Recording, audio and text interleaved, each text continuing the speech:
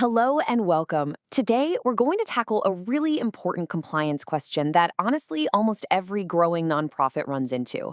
When is it time to expand your fundraising registration into new states? It's a key part of responsible growth, so let's dive right in. Just so you know, this explainer is part of the multi-state fundraising compliance series.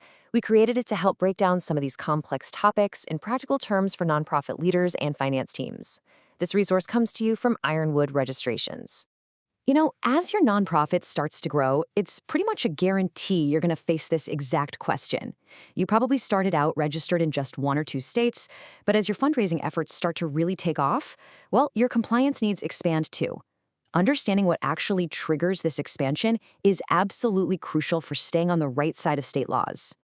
Okay, so here's our roadmap for this explainer. We'll walk through the key situations that usually require nonprofits to expand their registration. We're going to cover the core principle that drives everything, look at specific fundraising triggers, and then wrap up with how you can stay ahead of the game with periodic reviews. First things first, we need to get a handle on the single most important concept that governs all of these state registration requirements. And here's a hint. It's not about where your nonprofit's office is located. So here it is. If you remember only one thing today, please make it this. Registration follows solicitation. State requirements are all tied to where a nonprofit asks for donations, not where the organization is physically based. Most states actually require you to register before you even start asking for contributions from their residents. This is the fundamental reason why your registrations have to expand as your fundraising reaches new places.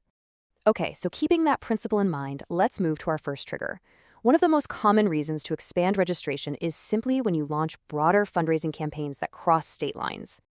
And what's really interesting here is just how many common fundraising activities are on this list. I mean, think about it. A national email campaign, a direct mail push that targets donors across a bunch of different states, or a digital ad campaign with a nationwide audience. The moment your efforts are actively reaching donors in new states, you've got to start evaluating if registration is required there. All right, another key indicator is when you start to see a noticeable increase in donations coming from outside your main operating states. This is all about following the data and being proactive. As your donor base grows, you're probably going to start seeing contributions from supporters all over the country. And this is where being proactive really pays off. If you periodically review your donor records, you can see exactly where that support is coming from. And that's not just interesting data. It actually helps you anticipate where you might need to register next. Of course, in this digital age, geography gets a little complicated. The explosion of online fundraising often leads to a much broader reach and, you guessed it, a whole new set of compliance obligations. Your website's donation page, any online fundraising platforms you use, email campaigns, social media appeals, all of these tools make it incredibly easy to reach a national audience. And this perfectly illustrates the modern compliance challenge. As your online programs grow, you might need to expand your registrations to reflect that much wider geographic footprint. Next up is the trigger that happens when you decide to go big and launch a large-scale national initiative.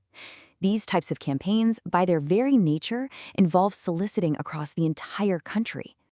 Yeah, we're talking about things like major national giving campaigns, nationwide peer-to-peer events like walks or runs, or those really big crowdfunding initiatives. When your organization is actively soliciting donations across such a wide area, adding more state registrations becomes a fundamental piece of your compliance strategy.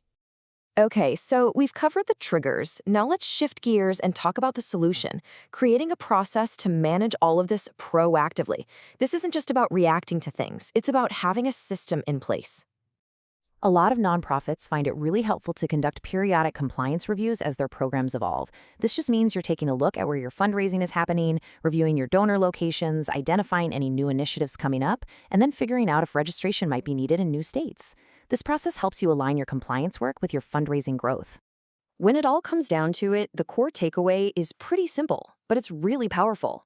As your fundraising activities reach into more states, your compliance obligations are going to expand right along with them.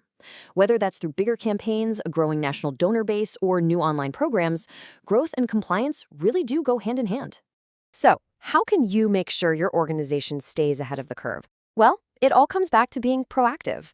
By regularly reviewing where your fundraising happens and how your campaigns are changing, you can build a registration strategy that actually supports your growth.